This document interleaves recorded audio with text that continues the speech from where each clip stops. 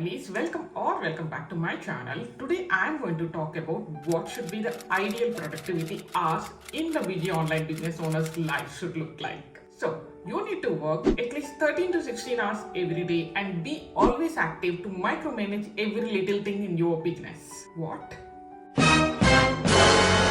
Okay. So the first thing is your productivity should not look like this at all. When you're being productive, you will complete more work in less hours and you shouldn't bother about micromanaging at all, and you have enough time for yourself and the things that are important for you outside of the business.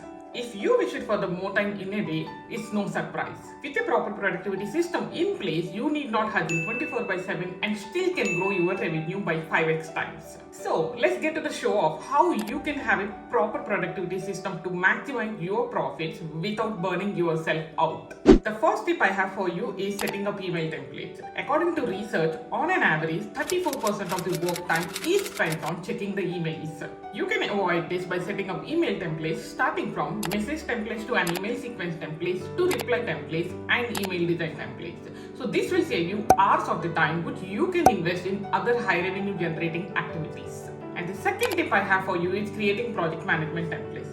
Having a project management tool is like having a cook who keeps your food ready at your table and you just have to go and serve yourself. There are many tools out there in the market which you will get for free like ClickUp, Notion, Airtable, etc. where you can create templates and use it for your most common or recurring tasks and projects. So here I am sharing a couple of examples of when these templates really work for you. Do you have a podcast and you publish a new podcast episode every week? Then make all your subtasks to create this podcast episode into a template. Or you have a blog and you regularly publish new blog posts?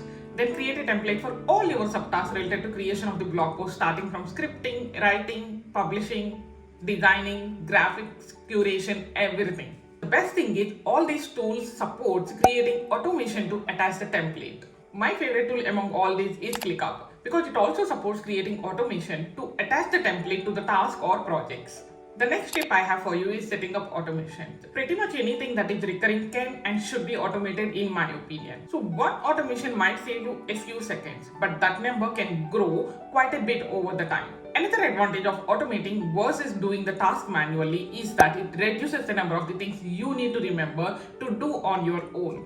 In other words, it takes our mental energy to remember the things and switching the task to complete a certain activities. For example, after a proposal is approved, we need to send a contract and invoice to the client. So this is an order of the things that you need to remember to do when you are in action. At the same time, another example could be when someone signs up for the freebie, sending a welcome sequence is another thing that you need to remember if you have to do manually. When it comes to automation, my most favorite, Zapier, is one of the best helpful tools that integrates with more than 5,000 apps. By just using automations, I and my clients have saved more than 5 to 6 hours per week and have grown our businesses to high ticket numbers.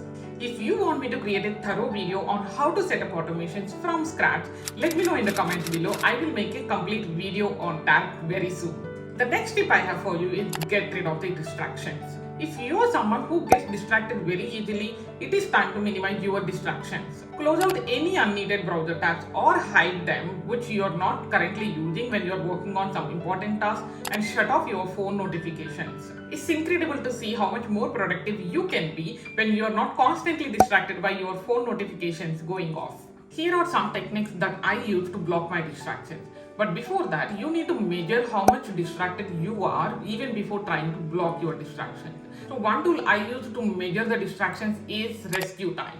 This tool will help you to understand how much time you are spending on various things. For example, it tells me how much time I am spending on the YouTube, how much time I am spending on ClickUp, how much time I am spending on Notion, etc. So once you have these measurements, you will know where you are being distracted when you are working. Are you someone who is going to YouTube in between the work and spending time watching n number of videos repeatedly and don't know how much time you are spending there?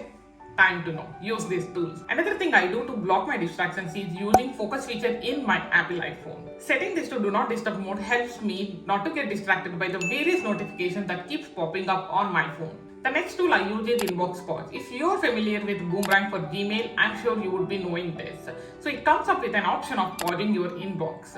This tool will not only help you block the distractions but also helps you in scenarios like when you're going on vacation, you can pause your inbox so that you will not be distracted by the email messages or notification that keeps popping up, or when you're rushing for a deadline on a particular project, you can pause the inbox so that you will not be distracted, or you're trying to get through all the emails that are already clogging in your inbox. That's when you can pause the inbox and then go through them and clean up your inbox and then resume the inbox again. So what are you waiting for? Go and install and start using right away.